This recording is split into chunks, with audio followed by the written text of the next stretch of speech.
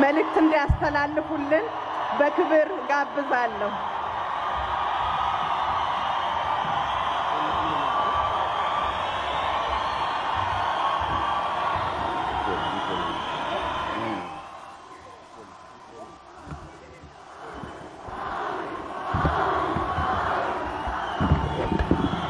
በጣም አመሰግናለሁ።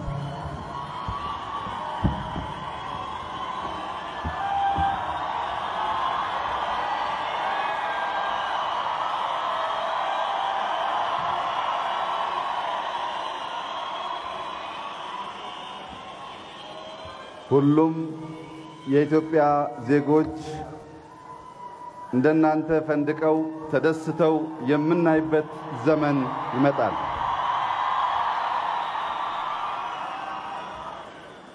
ክብርት ወይዘሮ መዓዛ የከፍተኛ ፍርድ ቤት ፕሬዝዳንት፣ ክቡር ፕሮፌሰር ጣሰው ወልደሃና የአዲስ አበባ ዩኒቨርሲቲ ፕሬዝዳንት፣ እጅግ የተወደዱ የተከበሩ የዘመናችን ድንቅ አባት ሙፍቲ ሀጂ ዑመር፣ የተከበራችሁ የአዲስ አበባ ዩኒቨርሲቲ የቦርድ አባላት፣ የሴኔት አባላት፣ መምህራን እንዲሁም የአስተዳደር ሰራተኞች፣ ከሁሉ በላይ የዚህ ድንቅ ቀን ዋነኛ ባለቤት የሆናችሁ ወላጆች፣ እንዲሁም ጣፋጭ ህልምና ታላቅ ግብ በጥረታችሁ ዛሬ እውን ያደረጋችሁ ውድ ተመራቂዎች እንኳን ደስ ያላችሁ። በኑሮ ቀንበር ሳትጎብጡ በውጣ ውረድ ሳትደናቀፉ የመጨረስን ጣፋጭ ጣዕም ቀምሳችሁና አጣጥማችሁ ለትውልድ መጨረስ እንደሚቻል በተግባር ያስተማራችሁ የዕለቱ ሙሽሮች በድጋሚ እንኳን ደስ ያላችሁ። ደስታችሁ እንዲውል፣ ደስታችሁ እንዲያድር፣ ደስታችሁ እንዲከርም፣ ደስታችሁ ለዜጎቻችን ሁሉ እንዲጋባ ያለኝን ታላቅ ምኞት ልገልጽላችሁ ፈልጋለሁ።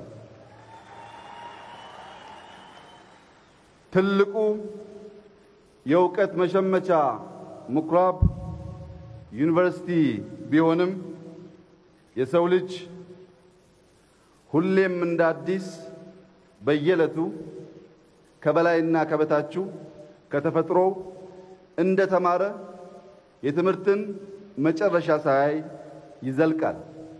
ነገር ግን በዩኒቨርሲቲ ያውም በአዲስ አበባ ዩኒቨርሲቲ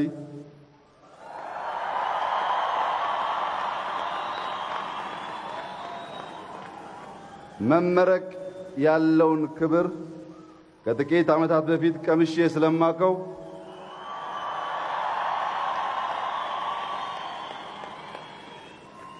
ከናንተ ፊት ሆኜ በዚህ የምርቃት ስነ ስርዓት ንግግር ላደርግ በመቻሌና የደስታችሁ ተጋሪ በመሆኔ የተሰማኝን ልዩ ክብር ልገልጽላችሁ ፈልጋለሁ። እጩ ተመራቂዎች በተለይም ወጣቶች ከፊታችሁ አዳዲስ ዩኒቨርሲቲዎች ይጠብቋችኋል። የትዳር ዩኒቨርሲቲ ከፊታችሁ ይጠብቃችኋል። ይህ የትዳር ዩኒቨርሲቲ ኮርሱ ከዋን ኦዋን የሚጀምር አይደለም። የፈተና ስርዓቱም እዚህ እንደለመዳችሁት አይደለም። ነገር ግን እሱም መውደቅም መመረቅም አለው። ከትዳር ዩኒቨርሲቲ በተጨማሪ የሥራ ዩኒቨርሲቲ በሥራ ዓለም ውስጥ ከታላላቆች ከሴቶች ከወንዶች ልምድ ካላቸውና ከሌላቸው ሰዎች ጋር ሰርቶ ውሎ መግባት አዲስ ልምምድ የሚጠይቅ እሱም እንዲሁ መመረቅና መውደቅ በውስጡ ያለ ሌላ ዩኒቨርሲቲ ከፊታችሁ አለ። እንዲሁም የህይወት ፈተናን ተጋፍጣችሁ በጥሞና በማስተዋል ከከባቢያችሁ የምትማሩበት የፈተና ሂደቱን በውጤት የሚለካበት ሌላ ዩኒቨርሲቲ ከፊታችሁ አለ። እስከዛሬ የሚሰጣችሁን ኮርስ በላቀ ውጤት ለማምጣት የማንበብ ልማዳችሁ ተቀይሮ ከምትማሩት ሰብጀክት ውጪ አዳዲስ ጽሑፎች፣ አዳዲስ ሐሳቦች ለማንበብ ለማወቅ የምትለማመዱበት ሌላ ዩኒቨርሲቲም ከፊታችሁ አለ። ሌሎች ያልተጠቀስኳቸው በርካታ የህይወት ልምድና ትምህርት የሚወሰድባቸው ዩኒቨርሲቲዎች ከፊታችን ያሉ ቢሆንም የመመረቂያ ስነ ስርዓቱ ግን ዛሬ ከምናየው የተለየ ነው።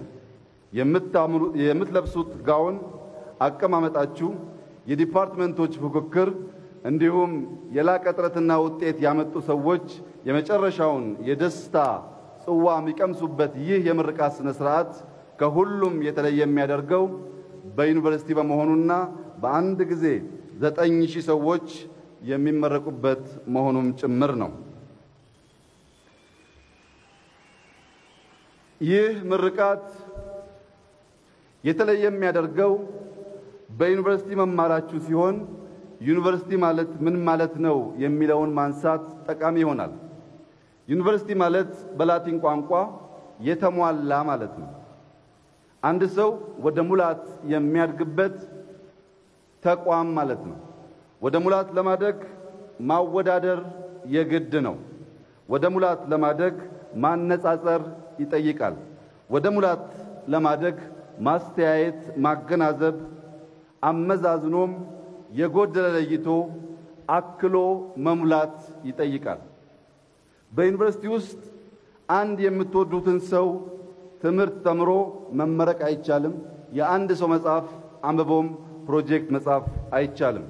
ከተለያየ ፐርስፔክቲቭ የተለያየ እይታን ማየትና ማገላበጥ፣ መሞገት፣ ማመዛዘንና የላቀውንና የተሻለውን አስበልጦ መውሰድ ይጠይቃል። ለዚህ ነው ወደ ሙላት የሚታደግበት የተሟላ ተቋም ያሉት የያኔው ዋይዝ የላቲን ምሁራን።